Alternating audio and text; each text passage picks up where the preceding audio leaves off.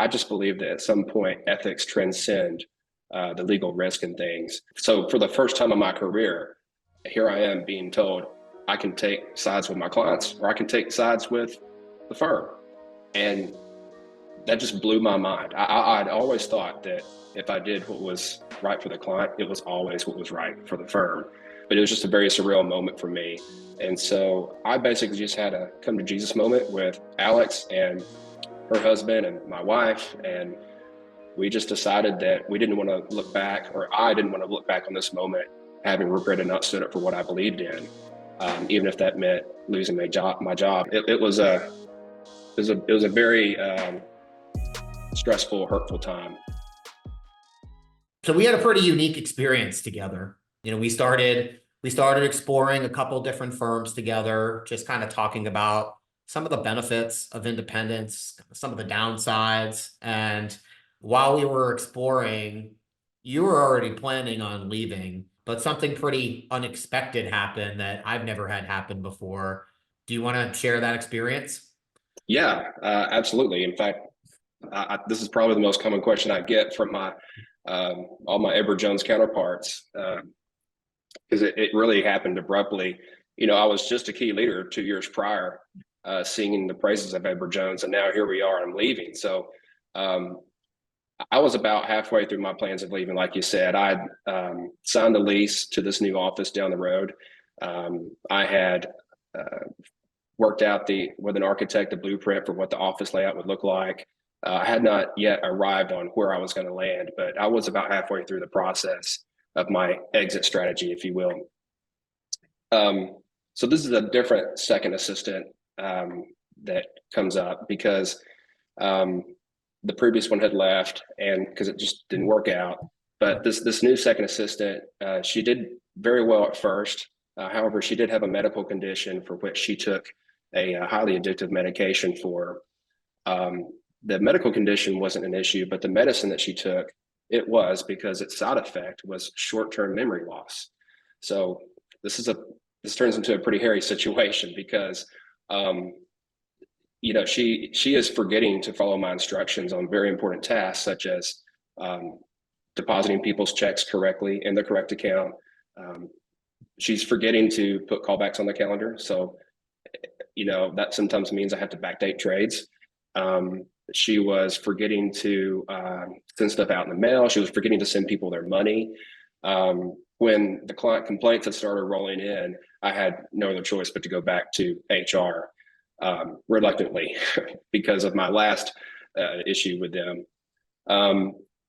Surprisingly, they agreed that we made a hiring mistake. They were involved in getting her hired in the first place.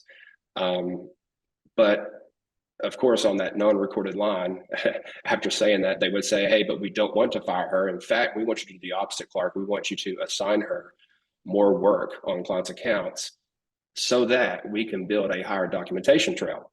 We need to make sure that we can protect ourselves in case there's legal recourse.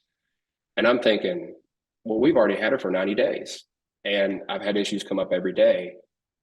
How does this documentation trail need to be? Yeah. Well, they were getting advice from their attorneys. That's what I was finding out. And people who are not here in the field in my office seeing what's going on. And so they're trusting those attorneys more than they're trusting me to run my office. I obliged and did it another 90 days, just giving her work that Alex and I would have to turn around and just fix. The client complaints still went up.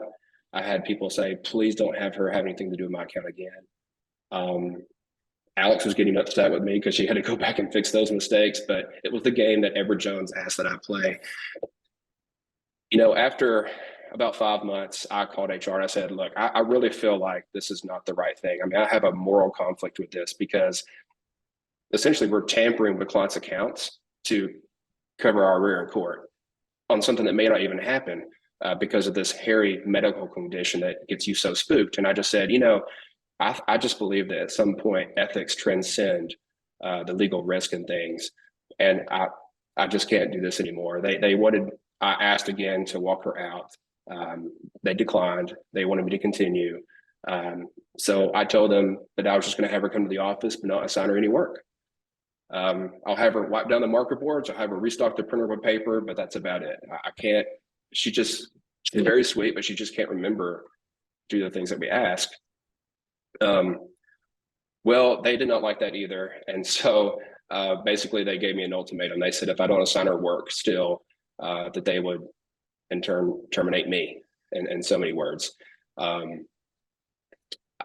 So for the first time in my career, here I am being told I can take sides with my clients or I can take sides with the firm. And that just blew my mind. I'd always thought that if I did what was right for the client, it was always what was right for the firm. But it was just a very surreal moment for me.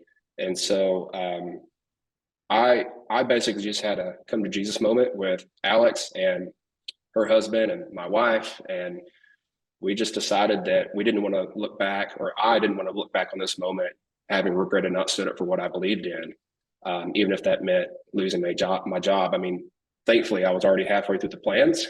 Yeah. I can imagine the stress that would be on me if I didn't already have a plan. So that's the way it unfolded. They flew me in the home office, terminated me. When I got back, the locks had already been changed, and we started on our backup plan for what to do. So yeah, it was a very stressful, hurtful time.